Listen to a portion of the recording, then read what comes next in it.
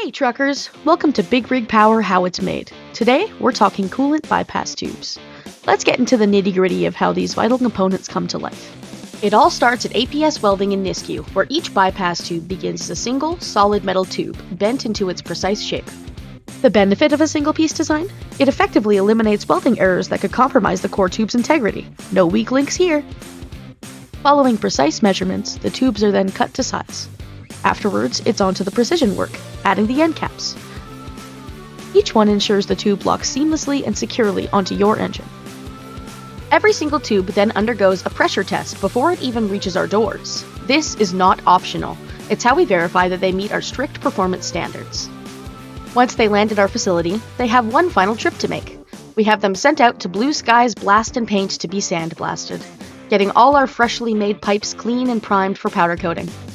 All the pipes are lined up side by side, blasting one side at a time till all the pipes are left clean and ready for all the final touches. With the help of an out-of-use Cummins engine, we hook each tube up and make sure it fits.